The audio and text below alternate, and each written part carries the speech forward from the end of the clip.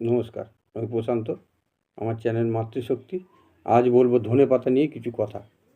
এই যে ধনেপাতা দেখছেন, এই ধনেপাতার অপার শক্তি, অপার ক্ষমতা, এটা আপনারা অনেকেই জানেন না। এই ধনেপাতা আমরা রেগুলার ইউজে ব্যবহার করি, খাওয়া দাওয়া, রান্নাবান্না সব কিছুতে আমরা ব্যবহার করি, আমরা দিই।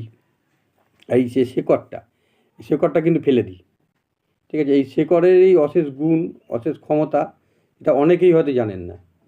এই ধনেপাতার শেকড়ের যদি পড়েন, ধনপ্রাপ্তি, মানসিক শান্তি, সূক্ষ্ম থেকে সূক্ষ্মতম আপনার অনেক রকম প্রবলেম যেগুলো লুকিয়ে থাকে আপনারা বুঝতে পারেন না, সেই প্রবলেমগুলো এই ধনেপাতার শেকড় বা এই ধনেপাতার জড়ি যদি পড়েন, আপনারা ধারণ করেন, ঠিক আছে, ধনপ্রাপ্তি, মানসিক শান্তি,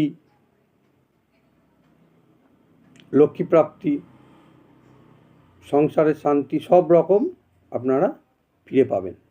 এটা কি করবেন, এই ধনেপাতাটা কিভাবে পড়বেন শেকড়টা, সেটা আজকে বলছি আমি এখন।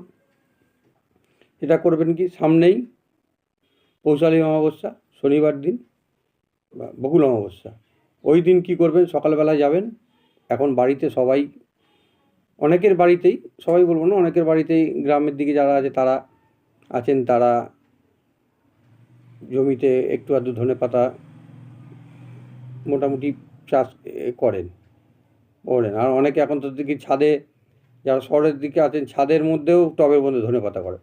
এবার ওই ধনেপাতা কী করবেন, সকালবেলা গিয়ে একটু জল ঢালবেন ধনেপাতার গোড়ায়, গাছের গোড়ায় একটু জল ঢেলে আপনি একটু